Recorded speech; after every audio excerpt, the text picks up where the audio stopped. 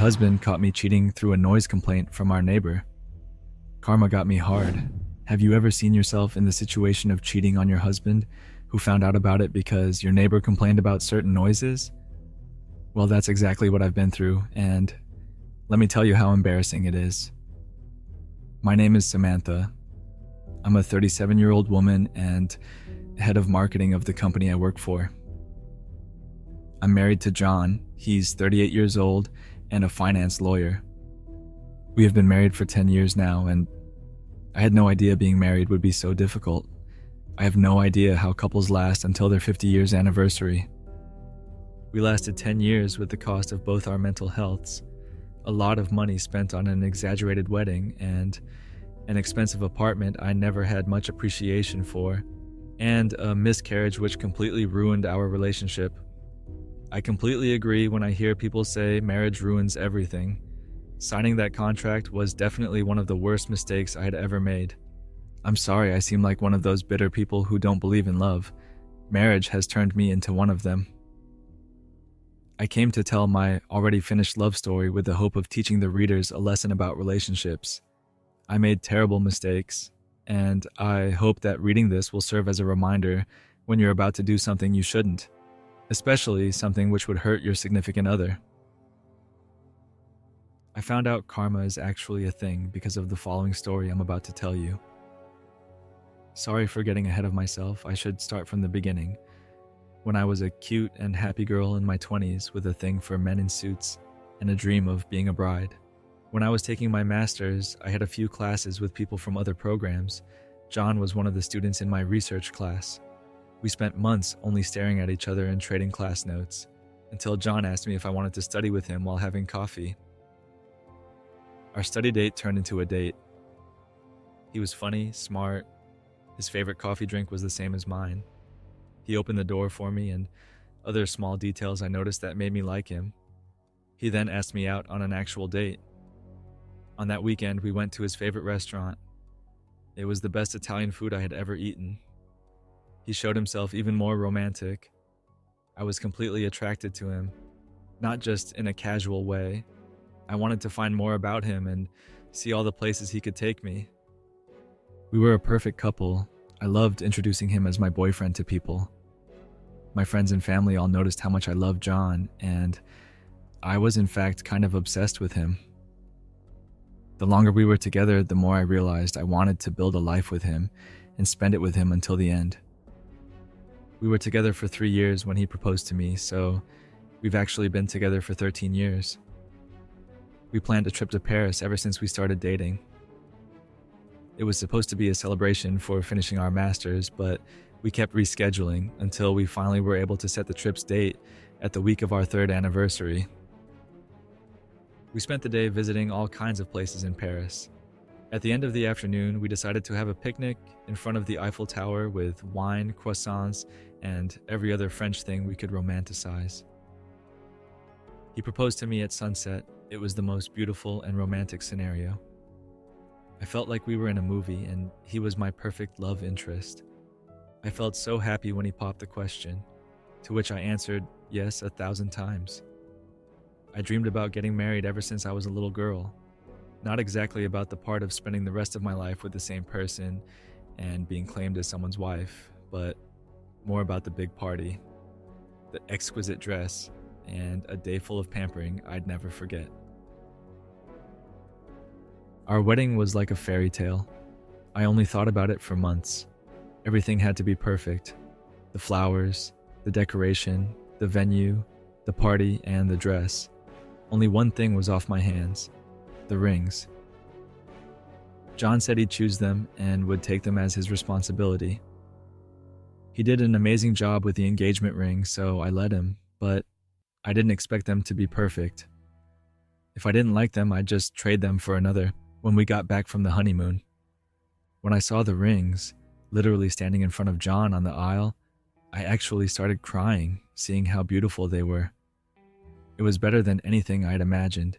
He chose the most perfect pair of rings, which made me sure I would wear them for the rest of my life.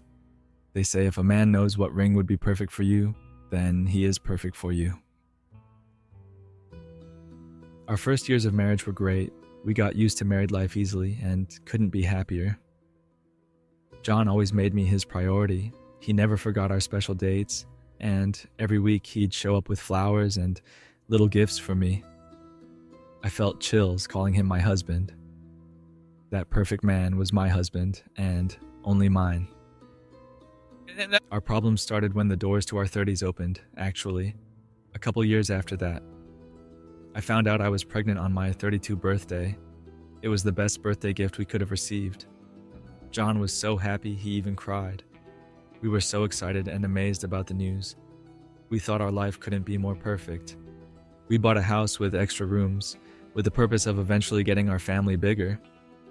We started decorating the room as soon as we knew it was a girl. We painted and added beautiful furniture. There was nothing else we could think about other than babies, doctors, baby showers, and if we were in a good school district. John was so excited about being a father, so he treated me like a queen, even more than he did before, which I thought was impossible. The only thing we couldn't settle on was a name, but it was still early to decide. We were just very anxious and excited about the pregnancy. We couldn't stop talking about it. I had a late miscarriage close to my 5th month. It was the worst pain both of us had ever felt. We were crushed when our doctor said nothing could explain my miscarriage and simply just happened. I'd have to go through a lot of different tests to find out exactly what caused it. That made us give up. We decided not to have kids. John and I were extremely hurt, but he created a huge aversion to talking about kids. Suggested we tried the tests recommended by the doctor in case we wanted to try again. He said he couldn't go through that pain ever again. There was no reason for him to be a parent anymore. Our relationship got a big scar with what happened. We were constantly reminded of our loss. With the already painted baby room, gifts, and baby-proof stuff around the house, everything around us felt meaningless. It was an unfulfilled dream with its evidence hunting us. We were drowned in grief for a few months, until my parents and his parents did some kind of intervention. All of them came over and asked us to move to a different place. They said if we kept living there, we would daily relive the pain we went through. It would only hurt us even more. We weren't in a condition to argue with them, so we decided to move to our current apartment. I never liked it. Our apartment doesn't feel like home. I liked our old life better. John also felt like there was no love. Before it happened, we pretty much breathed love, and everything we had carried love too. After, it was like all the love died in our relationship, and we were left there with no feelings. We were grateful for being able to start over in a new place, without memories getting us stuck in our past. We decided it was best for us to start couples counseling.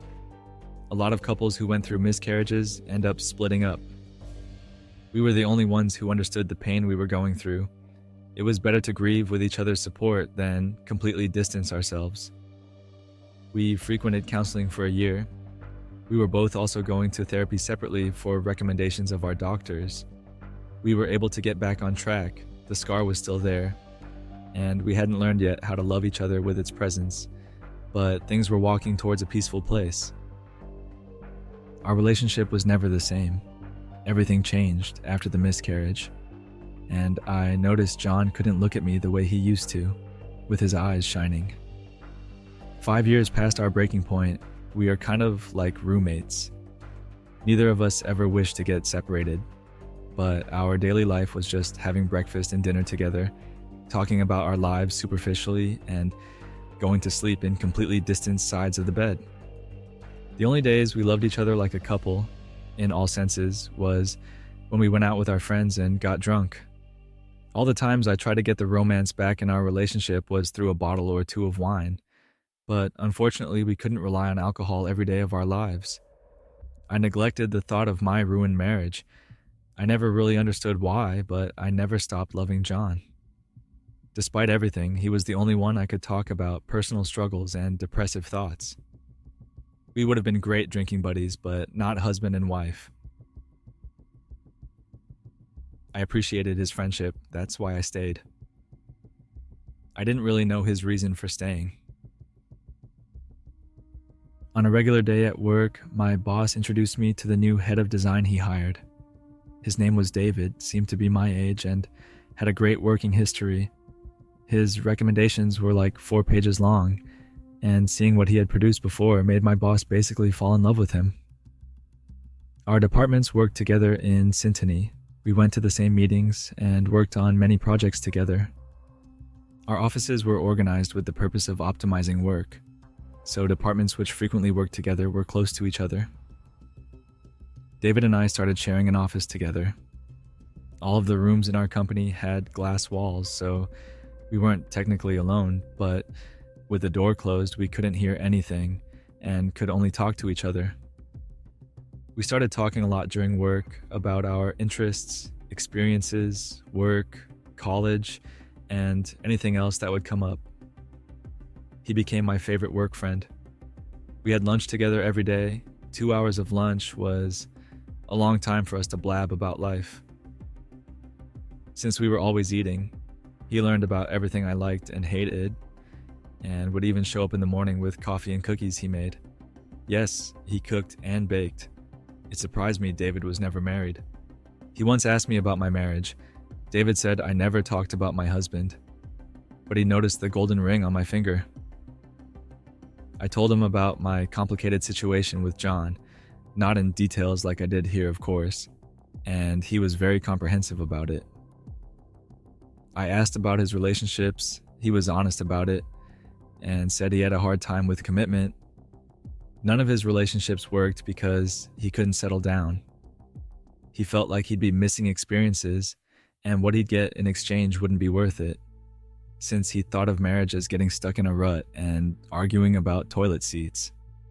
I couldn't disagree with him. I have a feeling people are happier when they give up the idealized concept of marriage in their lives. On one of our regular work days, I think it was around 6 months later after David had joined the company, we had lunch faster than usual because we had to deliver a project at the end of that day.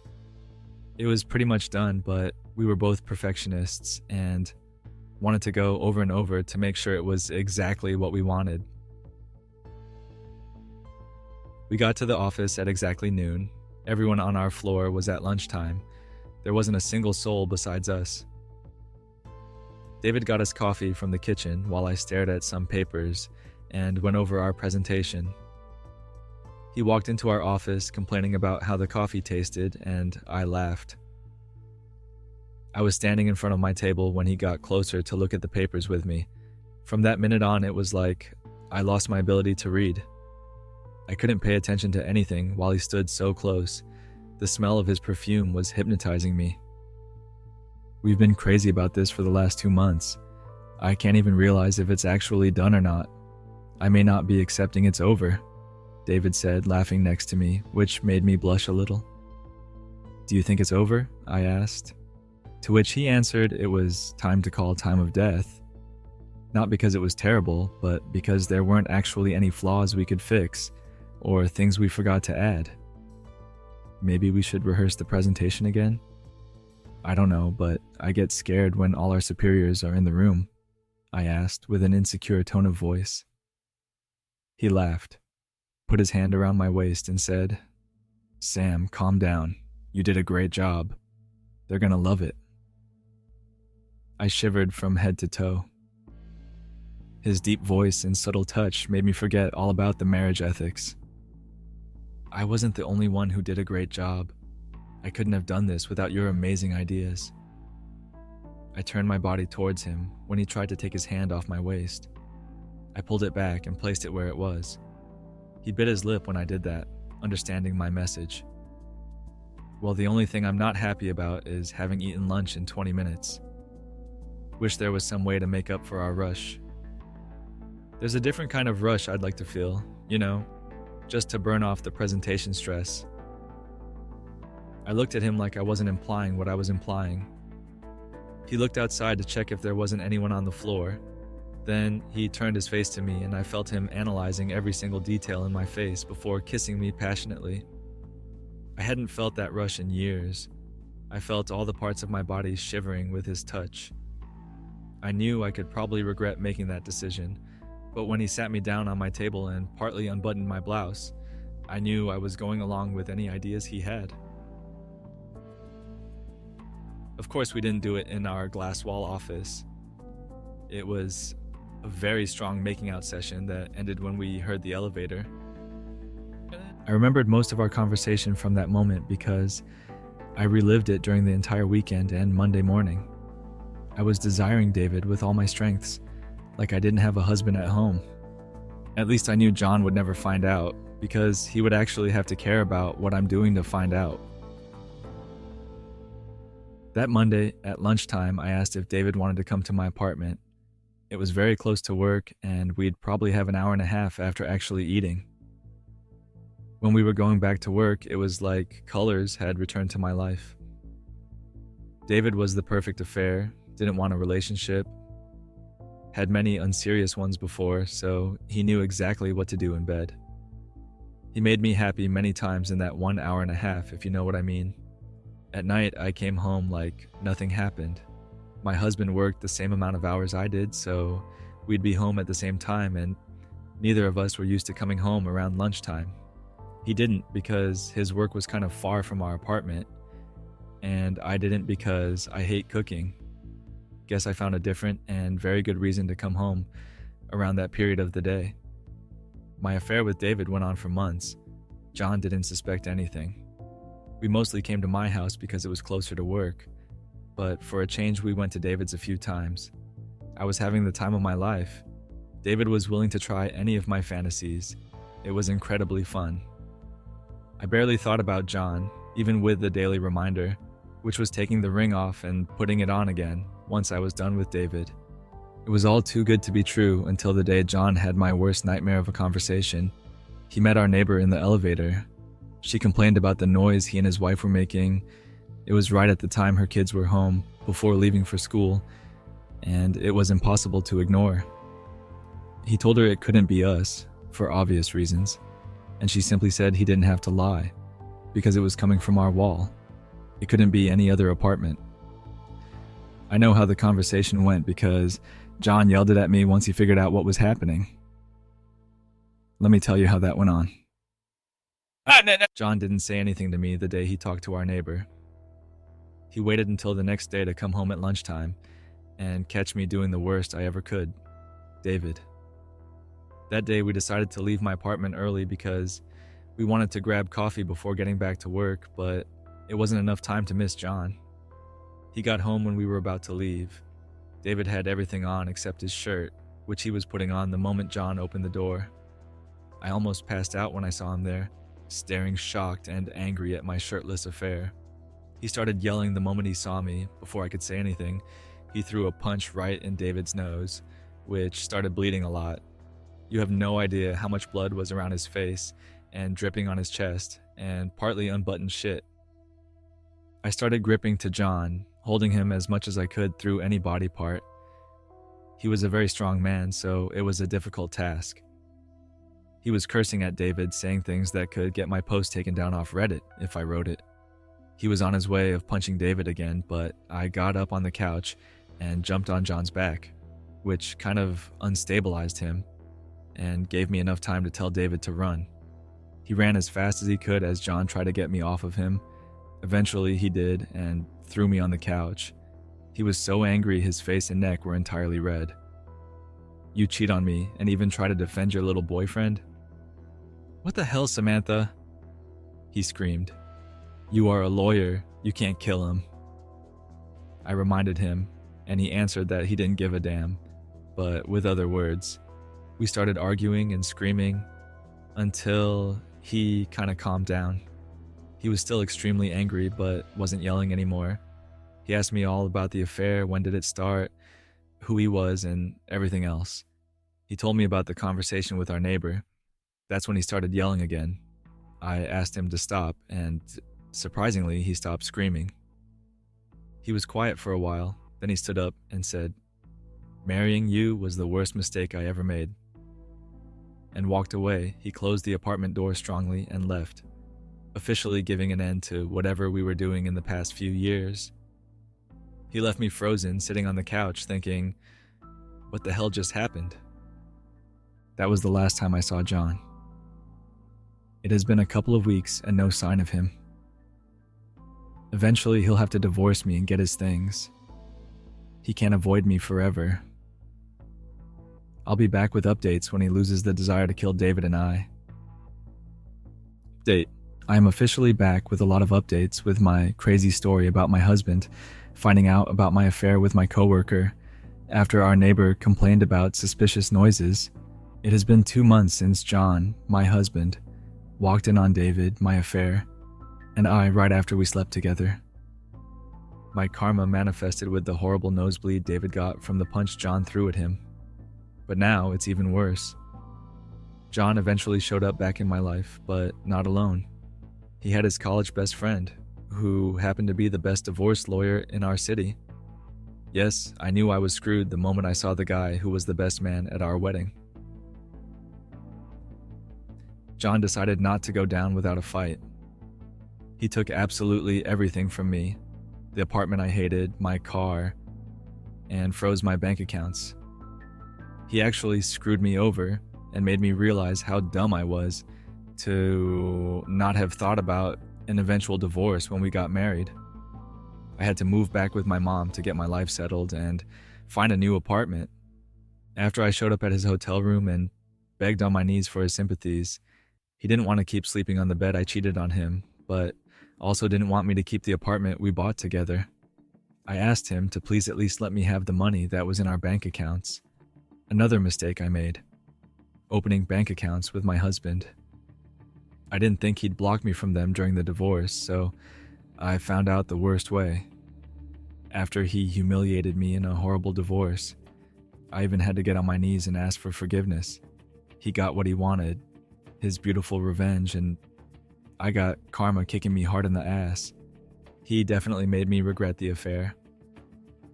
I knew that if we got divorced before this occasion, it would have been much easier. And the only advice I could give as a cheater getting what she deserves is don't ever marry lawyers, and especially don't cheat on your husbands and wives, and if they are lawyers, don't even think about it. It isn't worth it going through an angry divorce because of a stupid idea you had without thinking 2 seconds about it. I learned my lesson, and I hope you could learn from it also. I will eventually get my life back together, but if I was a little less inconsequential, I wouldn't have to be going through this in the first place. One thing I know is, I'll never in my life get married again, and I'll forever advise people to avoid it also.